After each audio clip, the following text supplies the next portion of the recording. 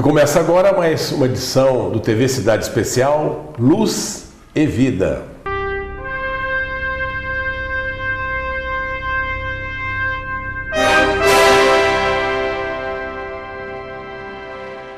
E novamente o Luz e Vida traz aqui os nossos amigos, com quem dividimos microfones, o Espério Facione Júnior, que é presidente da União das Sociedades Espíritas de Guarulhos, e o escritor espírita João Alberto Teodoro. Vamos fazer uma reflexão, até eu proponho, Espério, que a gente faça uma reflexão, já que vamos ter a Páscoa agora nesta semana. A Páscoa tem um significado na tradição judaico-cristã muito importante, para todos os cristãos, para os hebreus também, mas sobretudo para os cristãos. Essa tradição da Páscoa, como começou, Espério? Meus cumprimentos a todos os amigos e amigas telespectadores. É com bastante alegria que estamos aqui novamente adentrando no seu lar pela TV Cidade Especial. Com referência à Páscoa, se nós retornarmos na época da libertação do povo hebreu ao jugo do Egito, é uma comemoração dos hebreus pela passagem, porque Páscoa em hebraico significa Pesach, a passagem, ou seja, a libertação desse povo atravessando o Mar Vermelho. E depois essa tradição, pela cultura desse povo, foram trazidas até as terras judaicas, E ali também o povo judeu comemorou a Páscoa como uma comemoração pela vida, ou seja, pela ressurreição. João. Pois é. João, diga alguma coisa sobre isso, sobre ressurreição. Sobre ressurreição. Nós sabemos, a doutrina nos esclarece, que a ressurreição, na realidade, ela é impossível disso acontecer. O que na realidade aconteceu foi que Jesus apareceu, se fez se mostrar a Maria através do seu perispírito, mas ele não ressurgiu. Por quê? É impossível um corpo já decomposto, que não existia mais ou que não existirá mais, ele se recompor. Imagina você, um corpo todo apodrecido, ele ficar novo novamente. E Jesus mesmo falou que ele não veio destruir a lei. Se assim fosse, se ele ressurgisse, ele estaria indo contra uma lei da natureza. E a doutrina está aí justamente caminhando lado a lado com a ciência, mostrando que isso é impossível. O que Jesus fez foi aparecer a Maria em perispírito. Porque a ressurreição não é a ressurreição do corpo. Muitos entendem que é a do corpo, não é? E muitos entendem isso porque Jesus praticamente fez revivecer moribundos, fez com que cegos voltassem a enxergar, fez com que paralíticos voltassem a andar. Então, essa questão da ressurreição que precede a Jesus, historicamente, povos da antiguidade acreditavam na ressurreição e, na realidade, Jesus aparece em espírito, ele ressurge, mas em espírito, porque o espírito é imortal. O corpo humano, ele cessando a atividade biológica, ele perece, ele se torna putrefato, como todos sabem, como você, meu amigo, como você, minha amiga, sabe disso. Mas o espírito é imortal, o espírito sobrevive. E tem uma coisa importante, que quando Jesus se apresenta depois aos seus discípulos lá, Tomé ainda não acreditava nele. Tanto é que ele teve que tocar nas chagas de Jesus, não é? Então veja bem, Jesus apareceu em espírito, mas se materializou de uma maneira tangível, para que Tomé pudesse acreditar que realmente aquele era o Nazareno. Daí o ditado popular também, relativo, eu sou que nem o São Tomé, eu quero ver para crer, eu quero tocar para crer, não é? Exato, isso se tornou depois um adágio popular. Uma coisa também que é preciso que a gente possa estar aí esclarecendo: Jesus, quando ele supostamente ressuscitou aqueles que haviam morrido, na realidade eles não haviam morrido. Nós sabemos que existe uma doença, letargia ou catalepsia, onde a pessoa dá a impressão de que ela morreu. Estavam moribundos na realidade, Na realidade, Jesus já, é óbvio que ele sabia o que estava acontecendo, ele simplesmente mandava a pessoa se levantar. Foi o que aconteceu com Lázaro. É verdade. Com Lázaro foi a mesma coisa. Mas tem uma passagem, por falar em passagem, Pesach, que significa passagem em hebreu, e é a passagem do povo hebreu quando se liberta do jugo egípcio pelo Mar Vermelho em direção a Israel, a passagem pelo Mar Vermelho.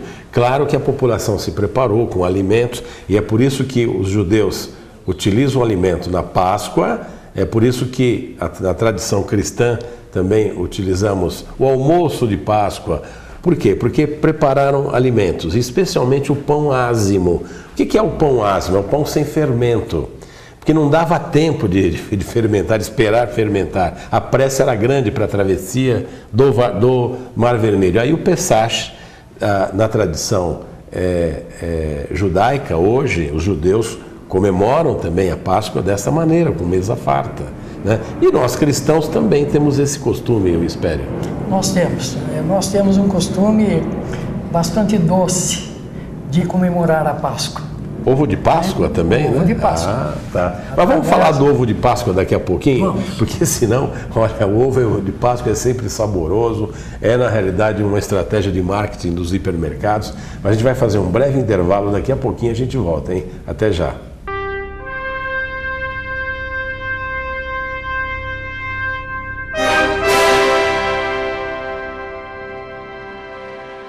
Botticelli, toda a nobreza dos vinhos e bebidas na melhor adega de Guarulhos, climatizada e com ampla variedade de rótulos.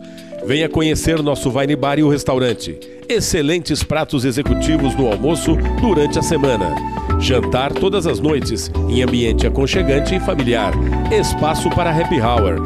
Degustações periódicas de vinhos e bebidas com o sommelier da casa.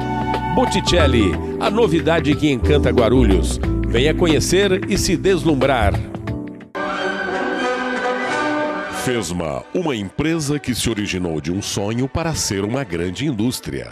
Fesma é sinônimo de alta tecnologia em polímeros e na produção de esteiras porta-cabos.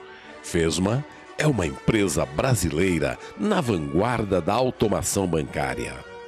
Know-how, competência e qualidade são seus principais atributos. Fesma, um orgulho para Guarulhos e Arujá.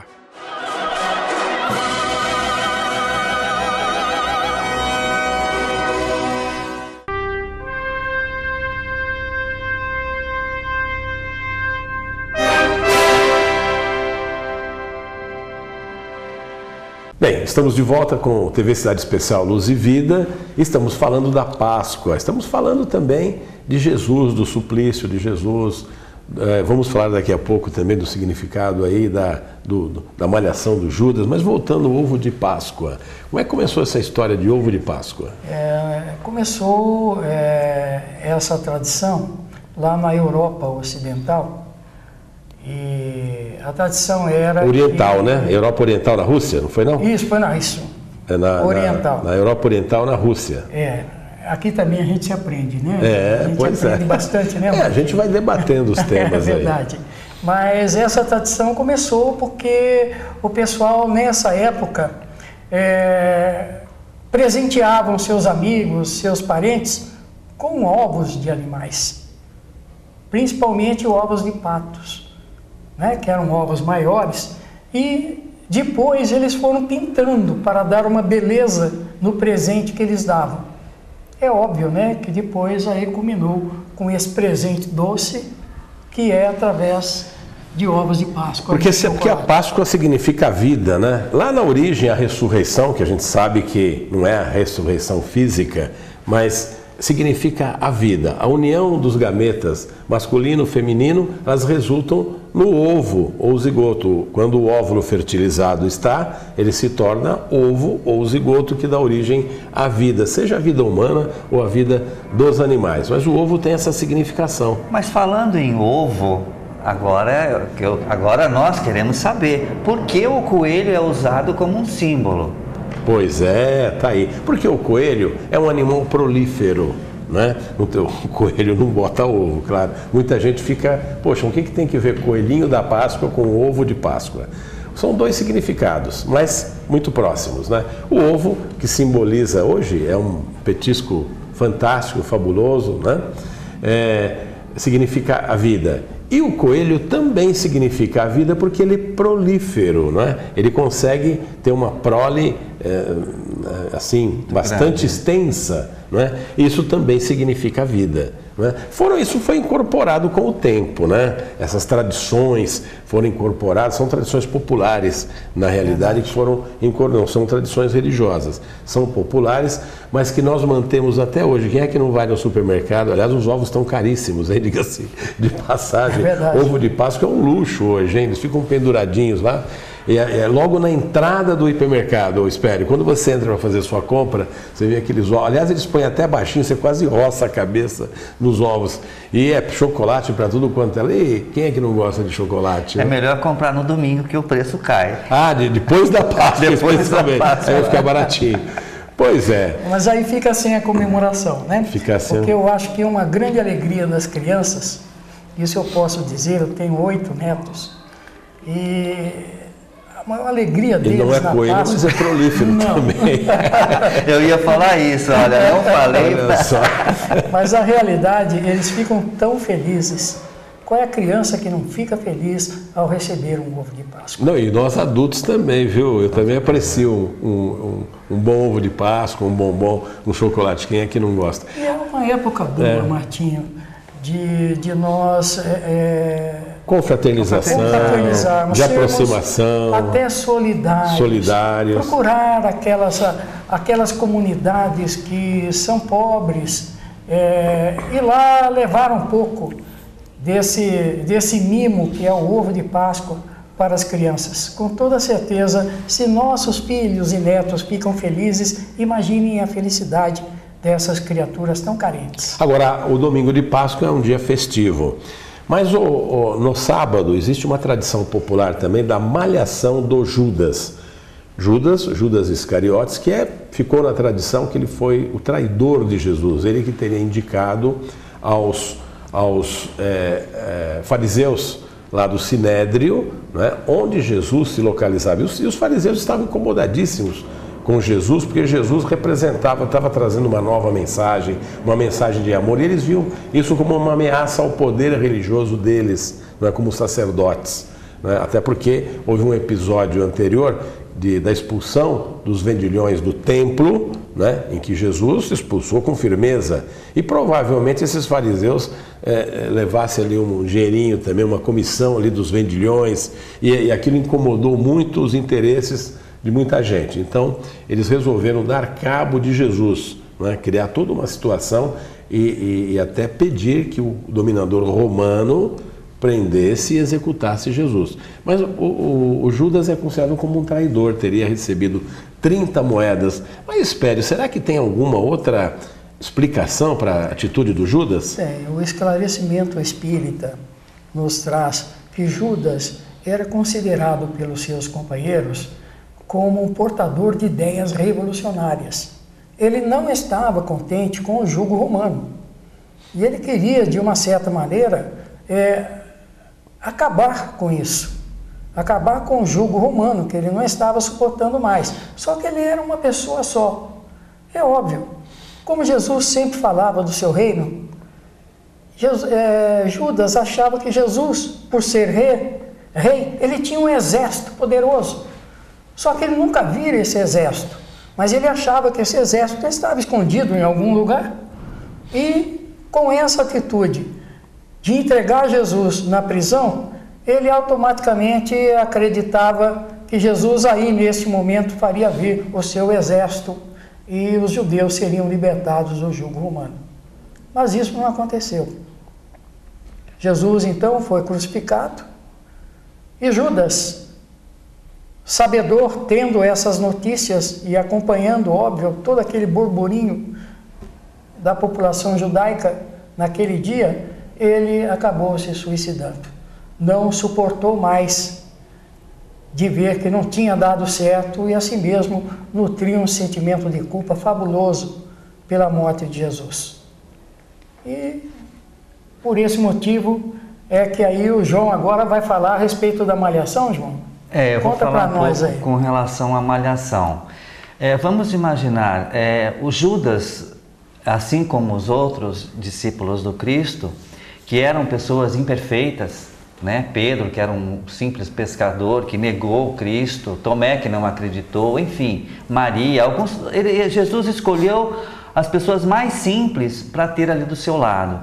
Vocês imaginam um espírito como Judas, preparando o seu reencarne para conviver com Jesus, o dilema dele, o sofrimento dele em saber que poderia acontecer alguma coisa. E esse fato foi muito marcante. Mas tudo tem um porquê na vida. Então, se Judas agiu daquela maneira, foi como disse o Espério há pouco, foi por não entender, na realidade, o verdadeiro reino de Jesus. E quantos de nós hoje não somos Judas? Em julgar o semelhante, em querer que o semelhante faça aquilo que nós queremos que ele faça. Então, nós não podemos julgar a Judas. Há um livro que não é espírita, chamado Eu, Judas.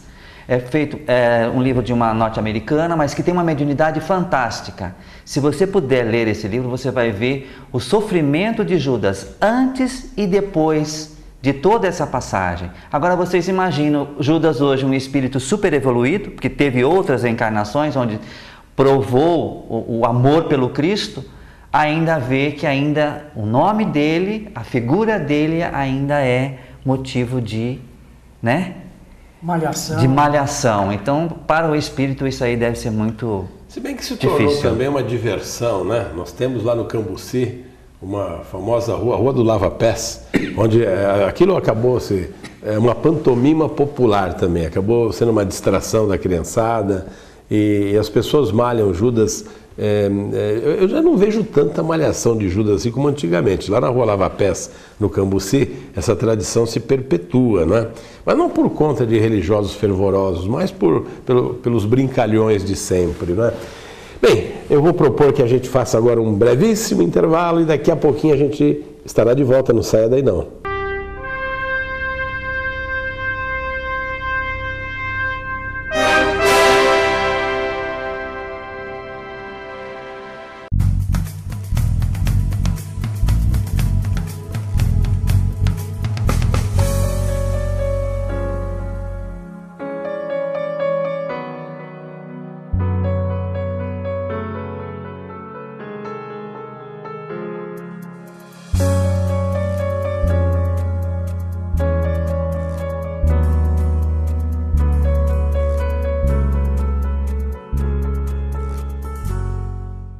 É difícil manter uma vida integralmente saudável, mas ter um bom plano de saúde ajuda muito. Chegaram os novos planos Linha S Saúde CEISA, com mais benefícios e abrangência para você, sua família ou empresa. Novos planos Linha S Saúde CEISA, estilos Supremo e Supremo Plus. O melhor custo-benefício da região, além de super vantagens nos planos familiares e para a pequena e microempresa. Aproveite a oferta de lançamento. CEISA Assistência Médica. Você sempre bem.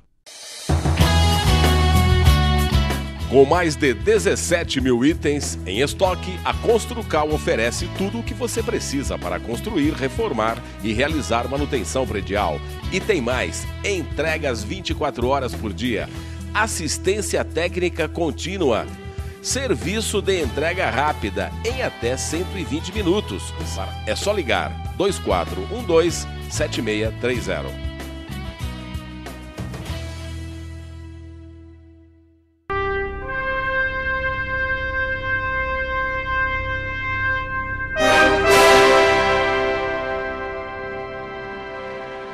Estamos de volta com TV Cidade Especial Luz e Vida, aqui dividindo microfones aqui com o Espério Facione Júnior, com o João Alberto Teodoro, e hoje a gente falando um pouco da Paixão de Cristo, da Malhação do Judas, da Páscoa, que é vida, e a vida é um momento, nós temos que celebrá-la todos os dias, mas pelo menos num dia do ano, que é a Páscoa, é um momento de confraternização, até entre os povos todos, mesmo para os não cristãos, eles reconhecem o valor desse momento, né?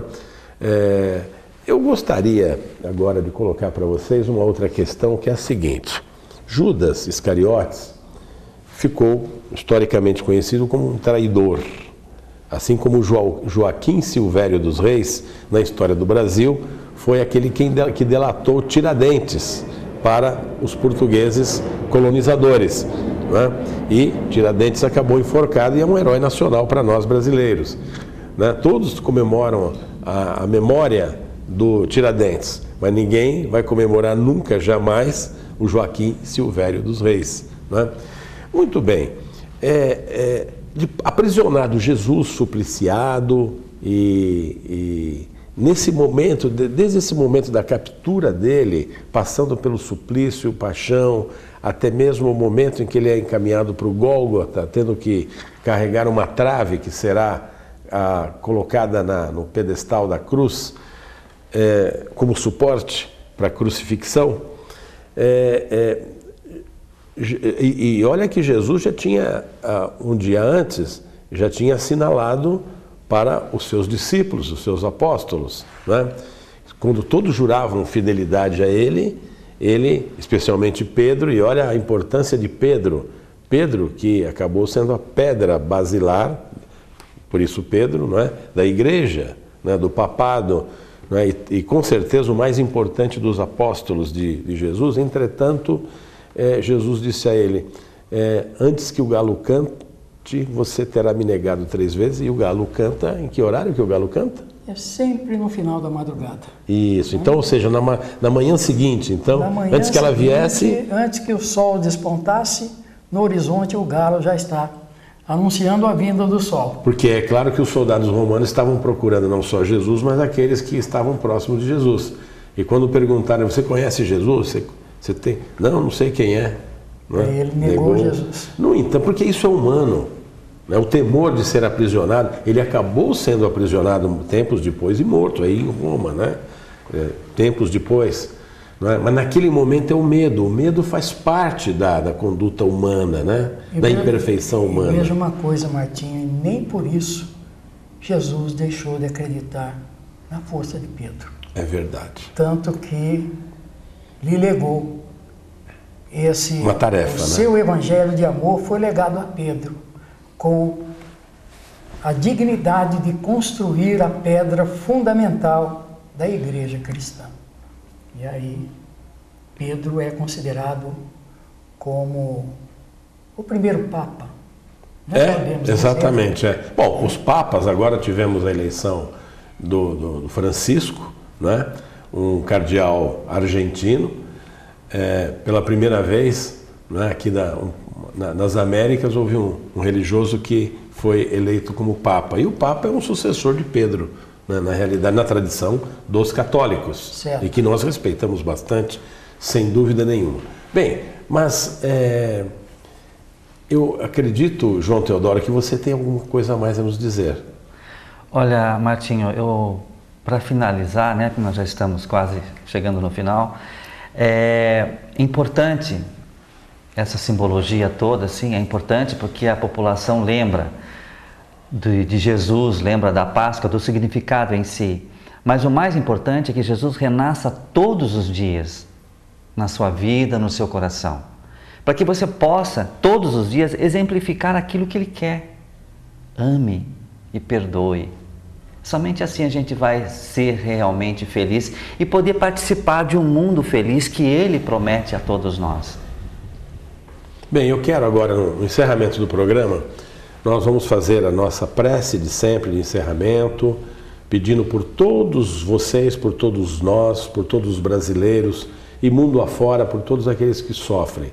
Eu quero em especial, Espério e João, né, citar aqui a nossa telespectadora, a dona Marli, o seu filho Anderson, que tiveram uma perda familiar grande, não é?